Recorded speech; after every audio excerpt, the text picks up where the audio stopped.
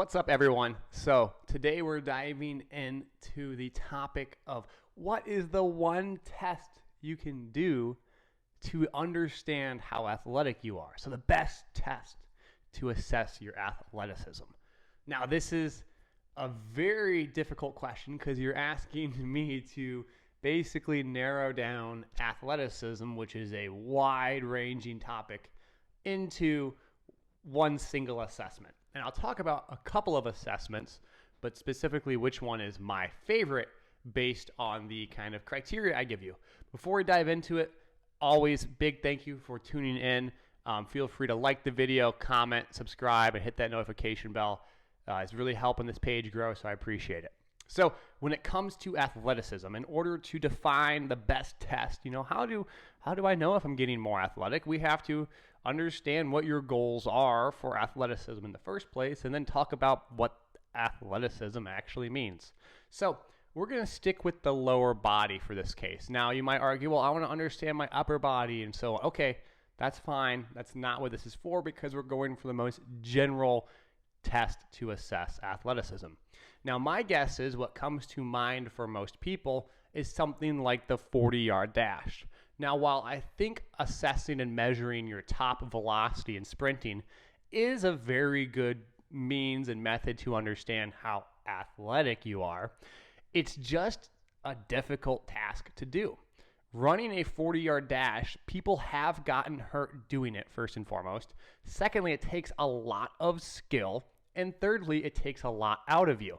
So while it might be a good assessment of pure, max velocity and your ability to run really fast, which correlates to athleticism, it might not be the best test because the repeatability of it is so minimal. You can't just go run 40 yards. Someone has to time you.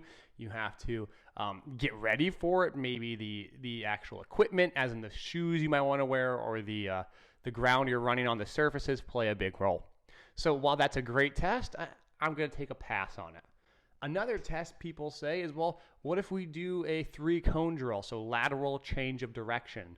That's another great test, but again, the equipment that you need, well, you at least need someone timing you, and you need the space, and there's also a lot of technique involved. And so what's coming up is we need to find a test that doesn't involve much technique, right? We don't want your athleticism to be, well, the lack of, I guess, to be covered up. Not necessarily the lack of. It could be just your athletic score not being as high as it could be because the technique isn't as good as it could be. I just want to measure sheer output. What potential does your body have to be more athletic or to showcase athleticism?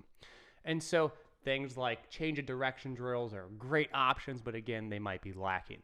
Then someone might go, well, let's do something like a depth jump. And a depth jump is a very good test as well, but again, some of those constraints we talked about. It's a skill, it involves a lot of demand, and you need maybe something or someone to test you, but there are a lot of apps and devices that you could use to assess your own ability to do a depth jump without having someone else there. So that's a good one. I personally think the winner of this is as simple as a standing vertical jump. And the reason why, and we'll dive into 3 reasons here, is first off, it's easy to do.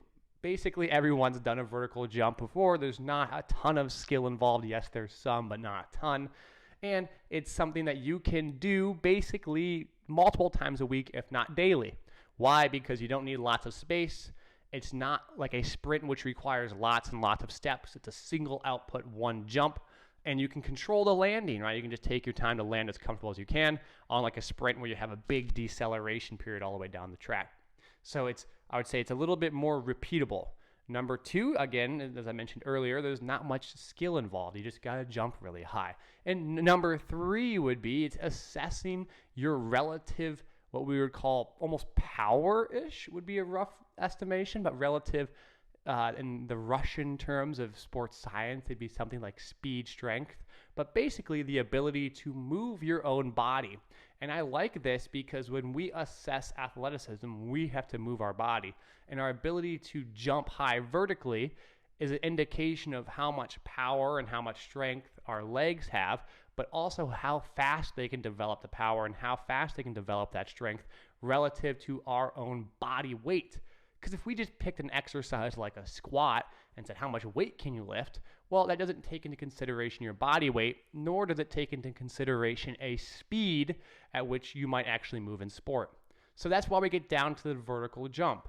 Now, because here's the problem with the vertical jump, because it is so simple and it's not very complex and there's not much skill involved, it also leaves a lot of areas lacking, right? We don't have coordination involved. We don't have appraisal of situations, like what we'd call a tactical skill. And we're lacking a whole bunch of other things that go into athleticism.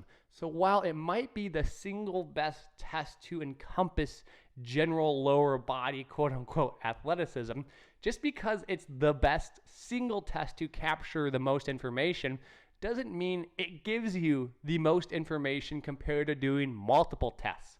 So obviously, if you could in a perfect world, you would do a vertical jump test, but then you might do other tests in conjunction with it, like a change of direction test, maybe a depth jump, maybe an acceleration, a top end speed, and that's when we begin to assess and test an athletic profile.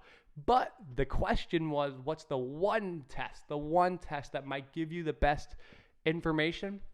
And I'd argue that it'd have to be a vertical jump, just because of the simplicity and easiness to perform.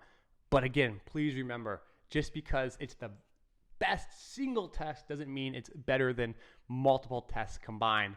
And it's not better at a given test that's sport specific. It's not like jumping high is going to tell you how good your free throw percentage is.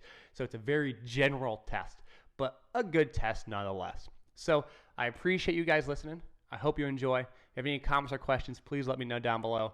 And thanks for listening.